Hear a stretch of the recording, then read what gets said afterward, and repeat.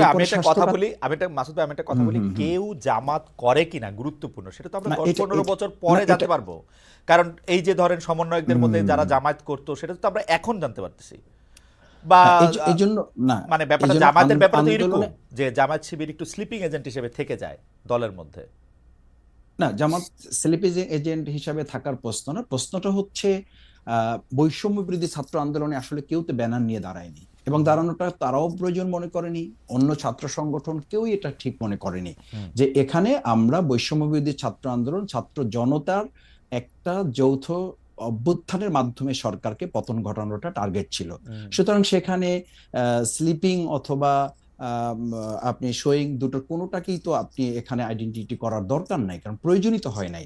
সুতরাং তারপরে যেটা হয়েছে যে জামাত ইসলামী, ইসলামী ছাত্র শিবিরকে আমরা জনগণের হাতে ছেড়ে দিয়েছি যে তারা ঠিক করবে, কারণ 15 বছর আমরা তো দেখেছি যে আওয়ামী লীগ মুক্তিযুদ্ধকে, মুক্তিযোদ্ধাদেরকে তাদের ব্যক্তিগত পারিবারিক দলীয় সম্পদ বানিয়ে পুরো এই মুক্তিযুদ্ধ এবং মুক্তিযোদ্ধাদেরকেই বিতর্কিত করেছে, এবং তাদেরকে প্রশ্ন বিদ্ধ শুধু করে নাই, তাদেরকে লাঞ্ছিত করেছে, এবং এটাকে একটা মানুষের খুব মানে ঘৃণীত পর্যায়ে নিয়ে গেছে। আমরা মনে করি যে 2024-এর এরকম একটা বড় অর্জনও কোন একটা দল বা ব্যক্তি বা গোষ্ঠীর জায়গা না গিয়ে এটা জাতীয় একটা সম্পদের মতো করে থাকুক, সকলের সম্মানের জায়গায় থাকুক। কোনটা? এরপরে যদি কোনো ব্যক্তি এই 2024-এর যে গণ ওকে, অভ্যুত্থানের যে ইয়াটা, আমি একটু তাহলে ক্রেডিটটা আরে কোনো আগেরটা একটু জিজ্ঞেস করি, মুক্তিযুদ্ধটা কি থাকা উচিত তাহলে? মুক্তিযুদ্ধটা দেশের মানুষের সম্পদ হবে, এটা আপনি ব্যক্তির বলছেন হবে যে কেন? আওয়ামী এটা লীগের কোনো সম্পদ, দলের হবে কেন? আওয়ামী লীগ এটাকে নিজস্ব সম্পদ করতে চাইছিল, কুক্ষিগত করতে চাইছিল। আপনারা তো হুম হুম। আওয়ামী লীগের যে ন্যারেটিভ ছিল যে ওরা না থাকলে কি হবে সেটা প্রমাণ করার জন্য তো মানে ব্যস্ত হয়ে গেছেন আমি দেখতে পাচ্ছি। ইসলামিক ছাত্র শিবিরের এটাকে প্রত্যাহার করা হয়েছে প্রকাশনাটা, কিন্তু আমি ইসলামিক ছাত্র শিবিরের সেক্রেটারিকে নিজের মুখে বলতে শুনছি যে এটা কেন জাস্টিফাইড আসলে ওইটা এখানে থাকার জন্য। আপনি জানেন যে এটার মধ্যে থেকে ও নিজের মুখে উনি বলছেন টেলিভিশনে যে এটা একটা ধারাবাহিকতার একটা অংশ, একটা লেখক এটা মনে করছেন, আমাদের মধ্যে থেকে এটা এরকম নানা ধরনের এটার মধ্যে এটা হয়। এবং সেই বক্তব্য কি ছিল? মুসলমানরা ভুল পথে গিয়ে এই মুক্তিযুদ্ধ করছে, আল্লাহ মুসলমানদের হেদায়েত করুক, বা এটাতে এটা ভালো হোক, তাই তো? না খালেদা, এটা এখানে তো প্রাসঙ্গিক তো বিষয়, এটা অন্যদিকে আপনি গেলেন, সেটা না, হচ্ছে আপনি যে মুক্তিযুদ্ধটা নিয়ে আপনাদের অবস্থান আমি কি বলেছি ক্লিয়ার যে মাসুদ ভাই? আপনাদের হ্যাঁ, অবস্থান কি মুক্তিযুদ্ধ ক্লিয়ার? বিষয়ে আমাদের ক্লিয়ারটা কিরকম হচ্ছে যে মুক্তিযুদ্ধটা আমি কি বলেছি জিনিসটা কি যে আসলে?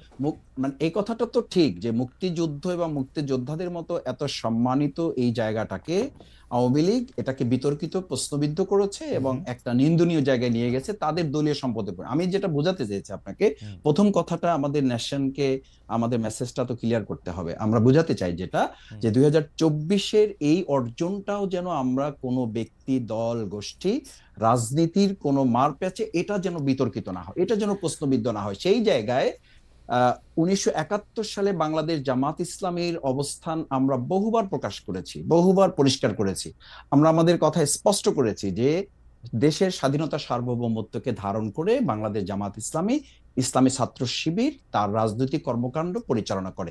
এবং সেই কারণে আপনি দেখেন যে 2024-এর এই গণ অভ্যুত্থানের মাত্র কয়েকদিন আগে আমাদেরকে নিষিদ্ধ করা হলো। কাউকে নিষিদ্ধ করা হলো, আমাদের করা হলো এই কারণে যে তখনকার আন্দোলন সংগ্রামে বাংলাদেশ জামাত ইসলামী, ইসলামী ছাত্র শিবিরকে সরকার এবং তৎকালীন গোয়েন্দা সংস্থার রিপোর্ট অনুযায়ী তাদের কাছে মনে হয়েছে দেশপ্রেমের সামগ্রিক চেতনাটাকে বাংলাদেশ জামাত ইসলাম, ওকে। ইসলামী ছাত্র শিবির লোকেরা ধারণ করে এই কাজটা করছে।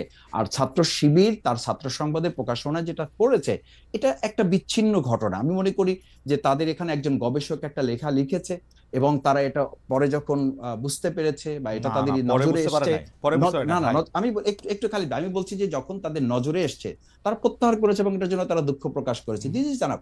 এখন আমি যদি আপনাকে আরো ধরি যে এটা তো এই নেগেটিভটাকে যদি আপনি ওভাবে নেন, আমি এটা মানে শ্রদ্ধা রেখেই বলছি হুম যে আমাদের এখন বাংলাদেশ জাতীয়তাবাদী দল বিএনপি, ওনাদের ওখানে যে মহাসচিব হিসাবে শ্রদ্ধেয় মির্জা ফখরুল ইসলাম আলমগীর সাহেব উনি কাজ করছেন, ওনার বাবা সম্পর্কে আমাদের কাছে কি মেসেজ আছে? তো সেজন্য কি বিএনপি কে এখন ক্ষমা চাইতে বলতে হবে, বা আমরা কি বলবো যে মির্জা ফখরুল সাহেবের শ্রদ্ধেয় মরহুম পিতা মির্জা রুহুল আমিন চোখা মিয়া 1971 সালে উনি ঠাকুরগাঁ জেলার না, অন্যতম মানে স্বাধীনতা বিরোধী মাসুদ হিসাবে ভাই 710 জনের একজন ছিলেন। একটু একটু শেষ করছি যে জি এই মাসুদ ভাই কারণে একটু কি এখন বলুন। বিএনপিকে আমরা ধরবো? না আমাদের নেতৃবৃন্দকে ফাঁসি দেওয়া হয়েছে, তার সাথে তো সালাউদ্দিন কাদের চৌধুরী শহীদ, ওনাকেও ফাঁসি দেওয়া হয়েছে। রাইট তাতে কি বিএনপিকে না আমরা এখন বা- বলবো যে তাকেও না মাসুদ ক্ষমা ভাই চাইতে হবে, না বা মা- স্বাধীনতা না মাসুদ ভাই বিরোধিতা নিয়ে ব্যক্তি তাদের মধ্যেও কনফিউশন আছে? না মাসুদ ভাই ব্যক্তি আর দলের অবস্থা তো ভিন্ন। আমরা 1971 সালে জামায়াতে ইসলামী মুক্তিযুদ্ধের চলাকালীন সময় তারপরে তারপরে তারপরে বিভিন্ন সময় বিভিন্নভাবে স্টেটমেন্ট দিয়ে দল হিসাবে যেটা বলেছে, আমরা যখনই প্রশ্ন করি আপনি বলেন যে আপনারা বলেন যে এই ব্যাপারে জামাত ইসলামের অবস্থান পরিষ্কার, কিন্তু পরিষ্কারটা আপনি একটু বলেন তো, আমরা একটু শুনি যে পরিষ্কার অবস্থাটা কি 1971 সালে কি আপনারা যারা যা করেছিলেন তা ঠিক করেছিলেন? না, পরিষ্কারটা হচ্ছে এই যে বাংলাদেশ তখন যে অবস্থার প্রেক্ষিতে স্বাধীন হয়েছিল, মাওলানা ভাসানী রহিমাহুল্লাহ উনি তো পরিষ্কার বলেছেন যে তখন 70-এর যে ভোট, আপনি নিশ্চয়ই আরো ভালো জানবেন, সেই 70-এর ভোটে তো তিনি এই স্লোগান দিয়েছিলেন যে ভোটের বাক্সে লাথি মারো, বাংলাদেশ কায়েম করো। ওকে তো সেই বাংলাদেশ কায়েম করা প্রসঙ্গে এসে মরহুম প্রেসিডেন্ট শেখ মুজিবুর রহমান উনি তো বাংলাদেশের স্বাধীনতা উনি শেষ পর্যন্ত তো চান নাই। 7ই মার্চের উনি ভাষণ, তার পরবর্তী সময়গুলো আমরা তো লক্ষ্য আপনি শুধু করেছি। জামাত এখন ইসলামের বাংলাদেশ অবস্থাটার কথা বলেন। বাংলাদেশ শেখ হ্যাঁ মুজিবুর রহমান বাংলাদেশ স্বাধীনতা জামাত চায় নাই, ভালো কথা, মানে বাংলাদেশ একই জামাত চাওয়া না ইসলামী চাওয়া ছিল। এই বাংলাদেশ জামাত ইসলামী 53 বছরে হ্যাঁ যে নেরেটিভ গুলো বাংলাদেশে আমরা লক্ষ্য করেছি, আপনি বাংলাদেশ জামাত ইসলামী সেই পর্যালোচনাগুলি তখন ছিল যে আমরা বাংলাদেশ জামাত ইসলামী স্বাধীনতা চাই, কিন্তু ভারত সহযোগিতার মাধ্যমে যে ষড়যন্ত্রমূলক ভাবে দেশকে স্বাধীন করে এই দেশকে তাদের একটা অঙ্গরাজ্য বানানোর পরিকল্পনা বা ষড়যন্ত্র করছে, এটার সাথে জামাত ইসলামের দ্বিমত ছিল। ওকে এবং সেই দ্বিমতটা তো 1971 সত্য, সালে আমি আমি সেই একদম দ্বিমতটা তো পরিষ্কার সত্যে পরিণত হয়েছে। পরিষ্কার অবস্থানটা আবার বলি। আপনার পরিষ্কার অবস্থানটা হচ্ছে 1971 সালে শেখ মুজিবুর রহমান স্বাধীনতা চায় নাই, কিন্তু জামায়াতে ইসলামী স্বাধীনতা চাইছিল, এবং চাইছিল হচ্ছে ভারত সাহায্য করবে না এরকম একটা অবস্থায় স্বাধীনতা, তাই তো? ভারতের ষড়যন্ত্রমূলক ওই সহযোগিতাকে সাথে নিয়ে আমরা এবং স্বাধীনতাটা এই চাইনি, অবস্থানে কোনো কারণ আমরা মনে পরিবর্তন করেছি এই 71 থেকে একটা 25 পর্যন্ত কোনো অবস্থান পরিবর্তন হয় নাই, তো এটাই ছিল তো, এটাই ছিল, এটাই থেকে এই এইটাই আছে। 2024-এ এসে এটার পরিবর্তন হয়েছে। আমি বলেছি এবং আমাদের ছাত্ররাও তো বলেছে, জনতাও বলেছে যে ওই 2024-এ 5ই আগস্ট আমরা কিন্তু শুধুমাত্র একটা সরকার পরিবর্তন ঘটাই নাই, আমরা আমাদের এই সন্তানেরা, আমাদের এই ছাত্র জনতা সেদিন একটা আধিপত্যবাদেরও আমরা পতন ঘটিয়েছি। কারণ আপনি জানেন যে আপনার আপনার একটা ইস্যু আমি আলোচনাতেও দেখেছি এবং আমাদের দেশের গোয়েন্দা সংস্থা পরবর্তীতে বিভিন্ন আলোচকরাও বলেছেন যে সেদিন 2024-এর জুলাই আগস্টে আমাদের পার্শ্ববর্তী রাষ্ট্রের একটা সক্রিয় এবং শক্তিশালী গোয়েন্দা সংস্থা এই দেশের তৎকালীন দুষ্ট চক্র আইন শৃঙ্খলা বাহিনীতে যারা ছিলেন তাদের সাথে সম্পৃক্ত থেকে আমাদের দেশের ছেলেদের উপর গুলি করা হয়েছে। আমি আমার 67 দিনের রিমান্ডে আমি একটা সাক্ষাৎকারে বলেছি, আপনাকে আবার একটু স্মরণ করাচ্ছি, যে আমাকে যখন ইন্টারোগেশন সেলে নেওয়া হয়েছে তখন চোখ বাঁধা, হাত পা বাঁধা অবস্থায় আমাকে যখন দুটা চেয়ারে শোয়ানো হয়েছে, আমি তাদের কাছে খুব ইসের সাথে জানতে চেয়েছিলাম, স্পষ্টভাবে জানতে চেয়েছিলাম যে আমার চোখ খুলে দেন, অথবা আমাকে দেখতে দেন, অথবা আমাকে পরিচয় দেন যে আপনারা কারা আমার ইন্টারোগেশনে আসছেন। ওনারা অসতর্কতাবশত হোক অথবা কৌশলগত দিক থেকে ওনাদের মনে না থাকার কারণে হোক, ওনারা বলেছেন এখানে দেশি বিদেশি সংস্থার লোকেরা না আছেন। না আমি মাসুদ ভাই, আমরা এই বক্তব্যগুলি মাসুদ ভাই আমরা একটু পর্যন্ত যখন দেশ গিয়েছে, মাসুদ ভাই আমি আমরা একটু আসলে একটু একটু প্রিসাইজ থাকতে জি। চেষ্টা করি। অর্থাৎ 1971 সালে যেভাবে বাংলাদেশ স্বাধীন হয়েছিল, জামাত ইসলাম এটার সাথে একমত ছিল না, তো জামাত ইসলাম এটার সাথে একমত কখনোই পোষণ করে নাই। 2024 সালে আইসে বাংলাদেশ, আপনি মনে করতেছেন 2024 সালে আইসে বাংলাদেশ এটা অন্যরকম স্বাধীনতা পাইছে, এটা কি ব্যাপারটা এরকম? মানে ভারত টারত এইসব এলিমেন্ট আমি যেতে চাইতেছি না, আপনি দুই লাইনে বলেন 1971 সালে জামাতের অবস্থান সঠিক ছিল। দুই লাইনের জামাত ইসলামের দুই লাইনের কথাটা আসলে কোনো একটা কোশ্চেনের কথাটা আপনি কখনো কখনো দুই লাইনে বলতে পারবেন না। আপনি আমাকে বলেছেন, সেই জন্য কথাটা উঠলো যে আপনাদের অবস্থান কি পরিষ্কার, কিন্তু আমি কখনো এই পরিষ্কার কথাটা জানতে পারি না। বছরের মধ্যে নির্বাচন হওয়া সম্ভব, এই ব্যাপারে আপনি কি কোনো মন্তব্য করবেন কিনা, যদি আপনার করতে চান? সর্বোচ্চ সহযোগিতা করতে এনি ভাইরা রাজি আছেন, এরকম একটা কথা বললেন। না, অবশ্যই আমরাও সেই সহযোগিতা চাই, এবং রাজনৈতিক দলগুলোর সহযোগিতা ছাড়া আসলে এই সরকারকে ফাংশন করানো সম্ভব নয়। এবং এই সরকার কিন্তু অভ্যুত্থানের সমর্থনে গড়ে উঠেছে, এবং এই অভ্যুত্থানে যেহেতু একটা জাতীয় ঐক্যমত্য তৈরি হয়েছে, সকল রাজনৈতিক দলগুলা এবং ছাত্র জনতার অংশগ্রহণ ছিল, ফলে এই সরকার কিন্তু সবাইকে প্রতিনিধিত্ব করে। এই জন্য আমি এর আগেও যেটা বলেছি যে যে কোনো জাতীয় সিদ্ধান্তের জন্য আমরা কিন্তু এই রাজনৈতিক দলগুলো এবং ছাত্র জনতার ঐক্যমত্যের ভিত্তিতেই জি, দেশ পরিচালনা আমার করতে মনে চায়, হয় যে একই নির্বাচনের রকম মেয়াদের এনি ভাইও সিদ্ধান্ত প্রায় তিনি একই নিতে রকম চায়। কথাই বলেছেন, কিন্তু জনাব ইসলাম, সম্প্রতি আপনার একজন সতীর্থ, একজন সমন্বয়ক নিজেকে ঢাকা বিশ্ববিদ্যালয়ের শিবির সভাপতি ঘোষণা করেছেন। তার এই পরিচয় কি আপনি আগে থেকেই জানতেন? এরপর থেকে আলোচনা আছে যে 152 জন সমন্বয়কের মধ্যে 108 জন শিবিরের। অনেকে জানতে চাইছেন সমন্বয়কদের প্রকৃত সংখ্যা কত, তাতে কতজন শিবির নেতা রয়েছেন, অন্যান্য রাজনৈতিক ছাত্র সংগঠনের কেউ কি রয়েছেন আসলে, নাকি শিবির এবং কোনো ছাত্র সংগঠন সেই অর্থে করেন না এরকম লোকই বেশি? দেখুন, আমরা যখন এই আন্দোলনটা গড়ে তুলেছিলাম, এবং আমরা কিন্তু এই আন্দোলনে কেউ রাজনৈতিক পরিচয়কে সামনে এনে এই আন্দোলনটি করিনি। সবার রাজনৈতিক পরিচয়টি এক করতে সরিয়ে আমরা দল মত পরিচয় ভুলে গিয়ে এই আন্দোলনটা করেছি। ফলে এখানে কে শিবির, কে ছাত্র দল, কে কোন সংগঠন করে, এটা কিন্তু বিবেচনা হয় নাই। এখন একটা পরিস্থিতিতে কেউ যদি তার নিজের সংগঠন, নিজের রাজনীতি করতে চায়, সেই সুযোগ কিন্তু আছে। ইভেন আমি যে নিজে যে ছাত্র সংগঠনের সাথে জড়িত ছিলাম, ছাত্র শক্তি, গণতান্ত্রিক ছাত্র শক্তি, তার নামও কিন্তু আমরা এই অভ্যুত্থানের আগে বা পরে কোথাও কিন্তু উল্লেখ করি নাই। কারণ আমরা মনে করি এই আন্দোলনটি একটা ঐক্যমত্যের ভিত্তিতে সাধারণ শিক্ষার্থীর জায়গা থেকে মূলত এই আন্দোলনটি শুরু হয়েছে, পরিচালনা হয়েছে এবং সম্পন্ন হয়েছে। নাহিদ ইসলাম, বৈষম্য বিরোধী আপনি বললেন বলে এই প্রশ্নটি একটু করতে হচ্ছে আমার। বৈষম্য বিরোধী ছাত্র আন্দোলনের সামনের সারিতে থাকা আপনারা কয়েকজন, বিশেষ করে আপনি এবং অবশ্যই আক্তার সাহেব, তারা গণতান্ত্রিক ছাত্র শক্তির নেতা ছিলেন। সম্প্রতি আপনাদের এই সংগঠন স্থগিত করা হয়েছে, এর কারণ আসলে কি? ডক্টর ইউনূসের 2.5 মাসের দল নাগরিক শক্তির সাথে এর সম্পর্ক রয়েছে কি?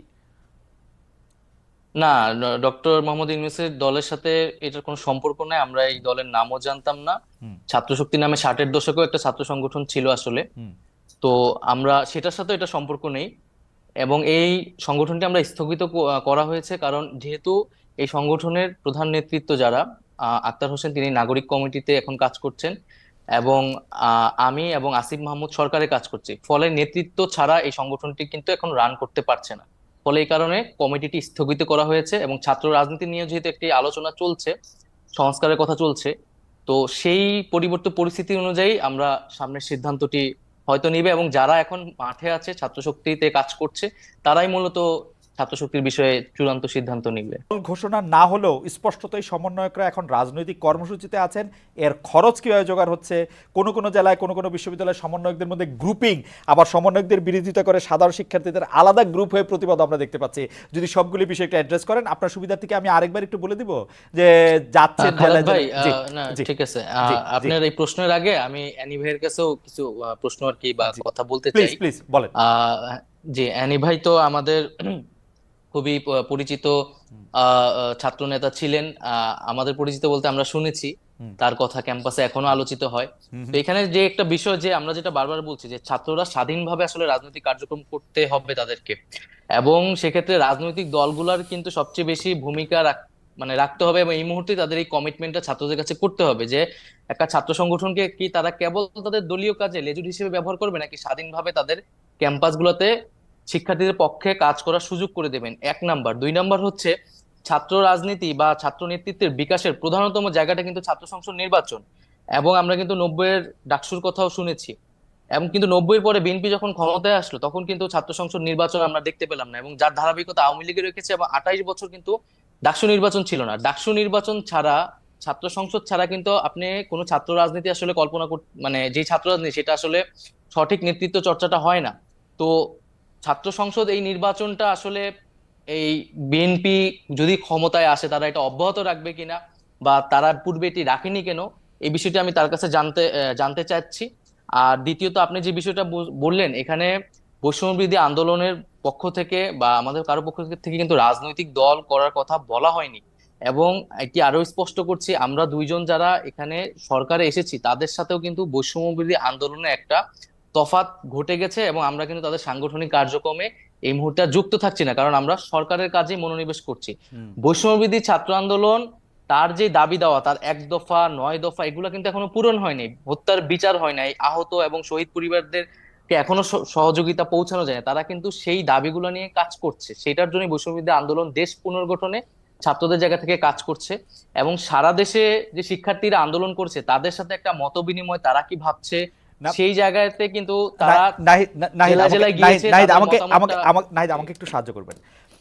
প্রথম কথা হচ্ছে যে আপনি বলছেন যে আপনি এবং জনাব আসিফ এবং আমি ধরে নিচ্ছি যে জনাব মাহফুজও, তাহলে আপনারা বৈষম্য বিরোধী ছাত্র আন্দোলনের সাথে আপনারা একটু দূরত্ব মেনটেন করছেন, অর্থাৎ আপনারা সরকারে আছেন, বৈষম্য বিরোধী ছাত্র আন্দোলনের যে সমন্বয়কদের যে কাজ, তাদের যে এর সাথে আপনাদের সম্পর্ক এখন একটু দূরবর্তী, মানে ডে টু ডে অপারেশন কোনোটা নাই। জি, আচ্ছা, মানে বৈষম্য বিরোধী ছাত্র আন্দোলন কোনো সরকার দলীয় কিন্তু প্ল্যাটফর্ম না, আসলে এটি একটি স্বতন্ত্র প্ল্যাটফর্ম, অভ্যুত্থান নেতৃত্ব দানকারী প্ল্যাটফর্ম, এবং অভ্যুত্থানের আকাঙ্ক্ষা বাস্তবায়নে তারা কাজ করছে, এবং ইন্টারেস্টিং। খুব শীঘ্রই হয়তো বৈষম্য বিরোধী আন্দোলন পুনর্গঠিত হবে, সেখানে হয়তো আমরা তো থাকবো না, আমরা এখন থেকেই নাই, আমরা কিন্তু কোনো সাংগঠনিক কার্যক্রমে অংশগ্রহণ করছি না। কিন্তু জনাব নাহিদ ইসলাম, আপনি অনুষ্ঠান শুরুর আগে আমি আর এনি ভাই আলোচনা করছিলাম আপনার সাথে, আপনি এখনো মাত্রই শিক্ষা জীবন হয়তো আপনার শেষের পথে বা শেষ আপনি করছেন, মানে আপনি যদি আরো বেশি পড়াশোনা করেন সেটা তো আপনি করতেই পারবেন, কিন্তু তাহলে আপনার বা আসিফ মাহমুদের বা জনাব মাহফুজের জনাব আসিফ মাহমুদের তাদের ভবিষ্যৎ কি? মানে তারা আপনারা কি করবেন? মানে আপনারা তো রাজনীতিই করবেন তাই না? মানে আপনারা তো চাকরি বাকরি করতে পারবেন না, পারবেন কি? জানি না চাকরি বাকরি করতে পারবো কিনা। আমরা দেখেন, আমার ব্যক্তিগতভাবে আমি কিন্তু রাজনৈতিক আকাঙ্ক্ষা ছিল দেখে আমরা ছাত্র সংগঠন গড়ে তুলেছি রাইট, এবং ক্যাম্পাসে কাজ করেছি, রাইট। ফলে সেই রাজনৈতিক আকাঙ্ক্ষা কিন্তু আমাদের আছে। তবে রাজনীতি কিন্তু কোনো একক সিদ্ধান্ত না, আমি ব্যক্তিগতভাবে কোনো সিদ্ধান্ত নিতে পারি না। আমরা এখন রাজনৈতিক দলকে কোনো প্রাধান্য দিচ্ছি না, এটি আমাদের মানে কোনো কাজ না। আমাদের এখন প্রধান কাজ হচ্ছে এই যে দেশ পুনর্গঠন, সরকারের থেকে এবং সরকারের বাইরে যারা আছে সকলে মিলে এই দেশ পুনর্গঠনে কাজ করা এবং সকলকে সহযোগিতা করে, আমরা সেটিকে সর্বাধিক গুরুত্ব দিচ্ছি। রাষ্ট্র সংস্কারে যে কাজটাকে সফল করে আমরা যাতে গণতান্ত্রিক রূপান্তর করতে পারি, পরবর্তীতে আমাদের এই দায়িত্ব শেষ হলে, নির্বাচন আসলে সেই সময় আমরা হয়তো সেই বিষয়ে একটা সিদ্ধান্ত নিব, কিন্তু আমরা এই বিষয়ে এখন কোনো সিদ্ধান্ত নিচ্ছি না, সেই উদ্দেশ্যে কোনো কার্যক্রম করছি না। তবে আমরা হ্যাঁ, এখানে বৈষম্যবিরোধী ছাত্র আন্দোলন সংগঠিত করতে চাচ্ছি শিক্ষার্থীদের, কারণ আমরা মনে করছি যে এখনো আসলে আমাদের ভয়ের জায়গাটা কাটেনি। গণ অভ্যুত্থানকে রক্ষা করার জন্য হলেও এবং তার আকাঙ্ক্ষা বাস্তবায়নের জন্য হলেও শিক্ষার্থীদের মধ্যে সেই সাংগঠনিক জায়গাটা থাকা দরকার। নাই, এ ব্যাপারে আমার কৌতূহল আসলে একটু বেশি, সেজন্য আমি একটু জানতে চাইছি যে সত্যি আমি যদি মানে I can feel for you, যে ধরেন আমি এখন আসছি, এখন এটা 1 বছর থাকবো, 2 বছর থাকবো, 3 বছর থাকবো সরকারের জন্য, সেটা আমি জানি না। আমি এখন যেখানে আসছি, আমি যদি এখন রাজনীতি না করি, আমাকে আসলে চাকরি করতে হবে, কারণ আমার বিশ্বাস বৈষম্য বিরোধী ছাত্র আন্দোলনের সঙ্গে আপনারা যারা ছিলেন তারা এমন কোনো দুর্নীতির সঙ্গে সম্পৃক্ত হবেন না যে আপনারা 1 বছর 2 বছর সরকারের থেকে এত টাকা আপনাদের হবে যে আপনাদের সারা জীবন আর কিছু না করলে হবে। আপনাদের আসলে আপনি আমি যারা যারা একই ধরনের পরিবার থেকে আসছি, আমাদের আসলে পরিবারটি বয়ে নিয়ে যাওয়ার জন্য আমাদের কাজ করতে হবে কোনো না কোনো কাজের সাথে। সেটা আপনি কীভাবে করবেন মনে করেন যে, বা আপনার পরিকল্পনাটা কি আসলে? মানে এটা তো আপনাকে ভাবতে হবে, মানে আপনি কি ভাবছেন সেরকম? কারণ আপনি না, যদি এখন এটা চাকরি ভাবি নাই এবং ভাবার সময়ও পাচ্ছি না আসলে। রাইট, কিন্তু যেটা ধরেন, আপনি রাজনৈতিক দল কিন্তু এত সহজ কথা না, রাজনৈতিক কিছু মানুষ জড়ো হলে একটা রাজনৈতিক দল হয়ে যায় না। সেটার জন্য আদর্শ লাগে, সেটার জন্য সংগঠন লাগে এবং কর্মসূচি লাগে। এখন আমাদের কাছে কিন্তু সেই সময়টা নাই যে আমরা একটা রাজনৈতিক দলের পিছিয়ে আসলে গড়ে তোলার জন্য সময়টা দিব। আমরা আসলে গভর্নমেন্টে আছি, আপনি পরিস্থিতি বুঝতেছেন, আমাদের এই সময়টা কতটা পরিশ্রম করা লাগতেছে, এবং আমরা যেই প্রতিশ্রুতি নিয়ে এসেছি, আমরা কিন্তু একক সিদ্ধান্তে ব্যক্তিগত জায়গা থেকে আসি নাই। মানুষের কাছে কিন্তু আমাদের জবাবদিহিতা করতে হবে যে তাদের আকাঙ্ক্ষাটা আমরা বাস্তবায়ন করতে পারছি কিনা, বা আমরা আমাদের ভূমিকাটা পালন করতে পারছি কিনা। তো সেইটাই আমাদের সবচেয়ে বেশি মনোযোগ, আমরা সেই কাজটা সম্পূর্ণ করতে চাই। তারপরে আমরা আমাদের ব্যক্তিগত, দলীয়, রাজনৈতিক সেই বিষয়গুলো নিয়ে আমরা ভাববো। আচ্ছা, আমার শুভেচ্ছা এবং শুভকামনা থাকলো আপনাদের।